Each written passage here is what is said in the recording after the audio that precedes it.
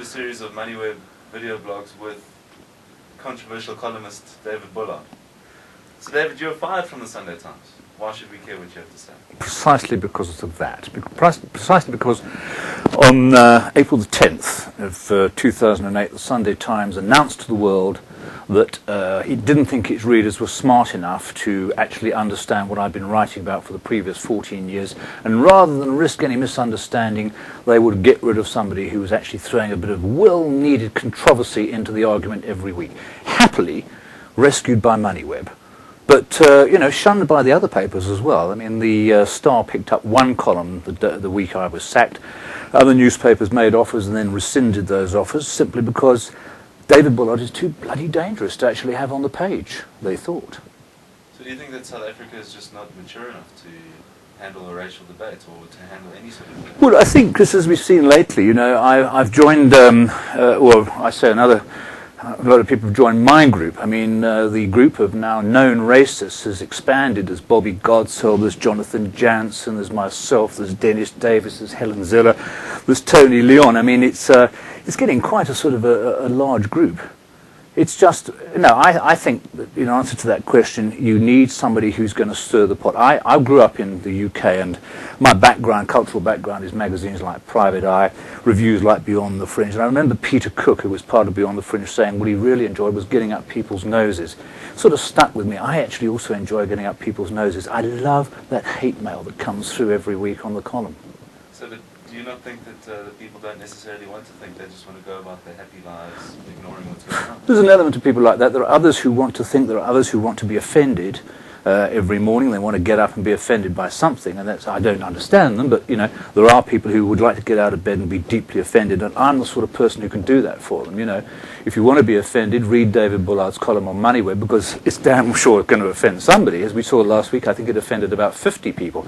I'd quite like to get those sums down up a little bit. They've been around the 7 or 8 mark. Last week was great, it was 50, and I'd quite like to get about 200 people really loathing me every week, because you know damn well that they're going to be back the week after. Oh, you're not just feeding the racial rift in South Africa, though. It seems like we just have this chasm that we can't cross. Yeah, I think that's a serious question, isn't it? And I think what we should say on that is that I wrote a couple of weeks ago that I think that we're going to find that the accusation of racism reflects worse on those making it than those on the receiving end. It's inevitable that we were going to have it, and I think it was simmering away on the back burner under Thabo Mbeki's rather unsuccessful presidency, where we, as a country, didn't go anywhere for 8 years. I mean, those really were the wasted years.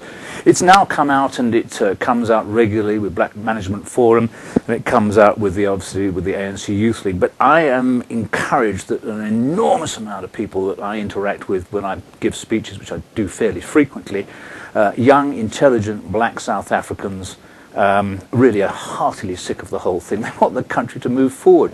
They've looked at a global recession, they've looked at China, they've looked at countries that do well, and they've looked at us, and we're not doing well. This is where they live. I mean, I can push off. I've got one of those passports that mean I can live in Europe. I don't want to. I would rather live here, but I'd rather live somewhere successful. Being good at cricket, being good at rugby is all very well, but it'd be quite nice to be good at football. That would be helpful for next year, and it'd be quite nice to be good at many other things as well. And really, we have the talent. I mean, I would agree to a certain extent with Jimmy Manley that there isn't a shortage of talent, but there's a shortage of ways of advancing the right people. It seems to be that the wrong people get into the jobs and the talented people don't get into them. Those are complaints that also come from black South Africans. So looking at the prestigious group that you share the racist group with, as you said, Tony Leon and Helen Ziller, I mean, those sort of people are clearly people that can think. So it doesn't seem like the arrow of racism is really aimed properly. What is it hiding? It's Chris, a very damaging thing. I mean, when you're sacked from a newspaper the size of the Sunday Times and posters appear around town saying Bullard sacked for racist article, that essentially says Bullard is a racist. And I won't deny that in the first 2 or 3 months it was devastating. I mean, all business went. I had somebody phone me and said, Dave, we can't have you as MC for this event next week because the audience some of them have phoned and said, we don't want a racist as MC. I said, well, have you tried it? Give it a go, what the hell? But it wasn't an appropriate time to make that joke. So there was a lot of business lost. I actually also hold, I don't know if you know, a world record for being the editor of a magazine that I never knew I edited for only 1 month. Let me tell you about this. I was made editor of a magazine called Danefern, which goes to all those lucky people who live in that strange golfing estate overlooking the sewage pipe. And the magazine came out, and a woman called Irene Charnley, who I believe is now reorganising the SABC, saw it and went to the manager of Danefern and said, "We can't have a racist editing the magazine, sack him." So I actually got sacked without me even knowing I was editing the magazine, because I heard on the grapevine that I'd not only been sacked from the Sunday Times, but I was now sacked from this magazine. And I only found out, a week or two later, that I'd actually been sacked from a magazine that I didn't know I edited. So that, I think, is a first for publishing. It is an illustration also of how stupid the whole thing was, because there was this mad sort of scramble and name-calling.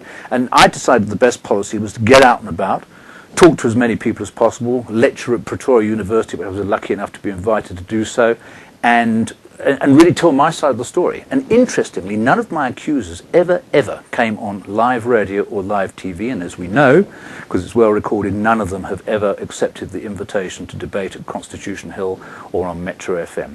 They've gone a bit quiet now, because I think if you do that and say, right guys, you think I'm this, come into your territory and let's debate this, and they don't do it, well then there's no credibility. So I'm very cool with the whole racist thing, frankly, because I've actually turned it into a sort of a brand advantage.